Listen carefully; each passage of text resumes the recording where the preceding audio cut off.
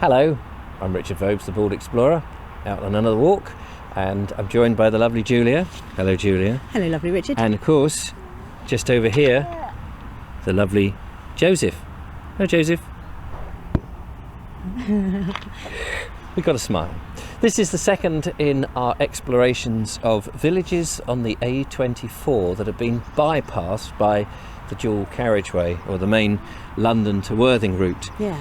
And today we are a few miles from Findon, where we were before. Where are we, Julie? Do you know what? It's gone straight out of my head. We're in Washington. Thank you. That's right. We're in Washington, which is an interesting little village, a rural village. Behind us you can see the rather magnificent church. We've been here before when we did a churchyard exploration video. Right, yeah. But we're going to have a quick wander around the village and just throw out some bits of information that we found. So, shall we get cracking? Yes. I think so. So as we point the buggy in the right direction, we'll take in the church, which is just there on our left. We're not going to go in the church today, unfortunately, because this is just a meander around the village. Oh, I'd definitely like to join you for that, though, because I'd like to find out a bit about the yew tree. Absolutely. It's got a lovely yew tree in the... very interesting one, the way it's in the graveyard. Slanted and supported. And then if we look this side, you'll see it's got a very interesting porch and a beautiful carved door. So leaving the church behind us, which is on, I think, the highest point for the village, because we've actually driven up a slight rise to get here, just off the A24, which bypassed the village in 1960.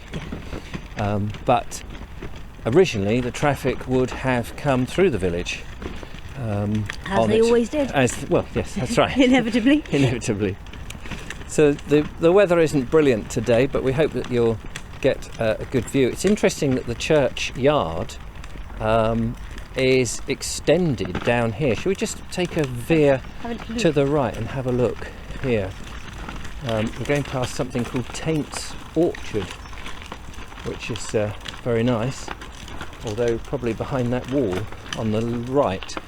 But here is a churchyard again with many yew trees in there, Julia.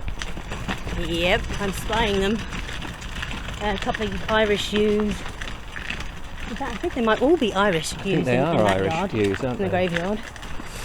So, if we carry on down this way, we'd be going back south, but I just wanted to veer around to see the fact that the churchyard has actually been split into two. When we were there and did a film at St Mary's Church, we talked about how which side of north or south you'd have the graveyard. Yes. But most of the graveyard around the church is to the north. That's it. And the north is sort of the realm of the devil. Of the devil, according to folklore. Because the sun hardly reaches it. That's right. Retracing our steps. So, interesting facts that we know about this are that the back in the Anglo-Saxon period, there was here in Washington, and that's how it gets its name, a settlement. And it's believed, I think it's Wasser's Homestead is where Washington derives from, Wasser's Homestead. And it was a very important Anglo-Saxon base, that its range stretched, according to a plaque, 15 miles up towards Horsham and to Rusper. We'll go left here, down School Lane. So look at this beautiful, that's amazing, isn't it? Beautiful cottage here. It's bizarre with the, was it corrugated iron or something? On one side, the green stuff. Oh, I missed that. And this wooden porch. Yes, absolutely. Very unique, isn't it? Yeah, it's lovely. And this whole village is full of older properties. This is School Lane, and we will be approaching the old school shortly. We come down the lane. A lot of the properties, unfortunately, for the purposes of this video, are behind hedges or flint walls, which does make it awkward to see them. But we can catch maybe some glimpses of them as we truck down. So the Anglo-Saxons were here, obviously, until the Normans came in, and I believe this manor was owned by Harold of the Arrow in the Eye fame, his brother. His brother was responsible, or lord of the manor here. But of course, when William the Conqueror won, one of the barons that was given the land, and this particular, the Rape of Bramber as it was called, was William de Braose. And William de Braose is who took over this whole rape and this whole area and became effectively lord of the manor. So carrying on down this road loops really in a big loop around the main properties, and here we come up to the school. It just screams school building, doesn't it? Doesn't it? Yes, and it's still being used.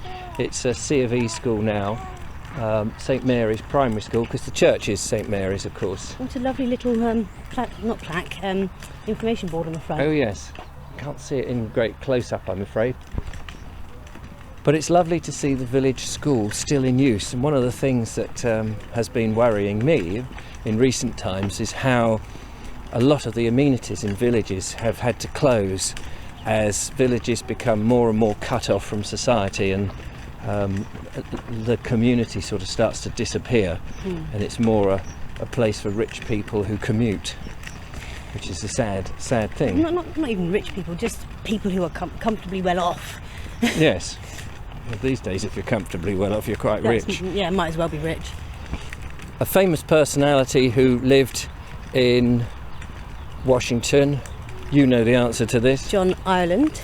He was a composer, and just to the to the north of the village was a windmill, a black windmill, I think a tower mill. It's a private residence and we can't go there now, but he lived in there, didn't he, for the last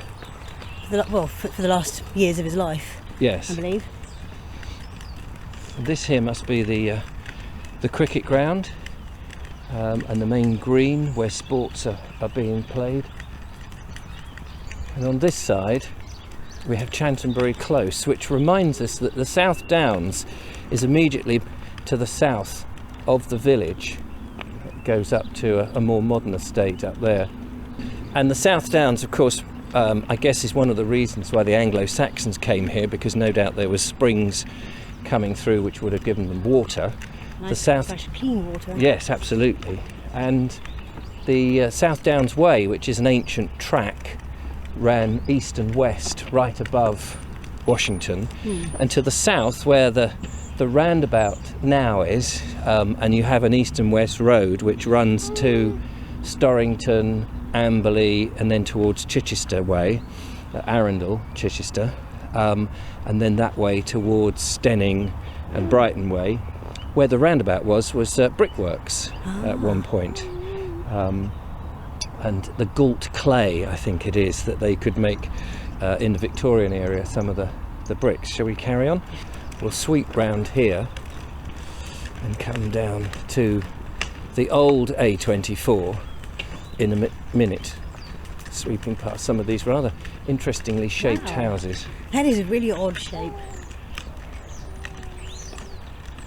With a weatherboarded front in black. Look at that, it's very beautiful. And then behind us another beautiful, I mean, a lot of these houses sort of turn of the century type houses, or late Victorian as well, and I guess that's when houses were all being improved or rebuilt. If we just look down here, the Old Forge, it says. Look at that. Very lovely. And what's that, willow? It's an old pollarded willow. Ah, weeping willow. Yeah.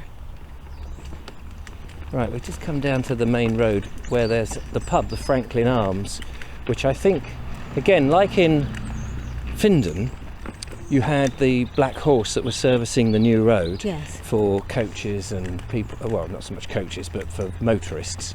I don't know how long the pub has been here, but there's only one pub in Washington, and it did close for a short while, and now it's reopened, I'm pleased to see. That is so cute. Quick, show the viewers that.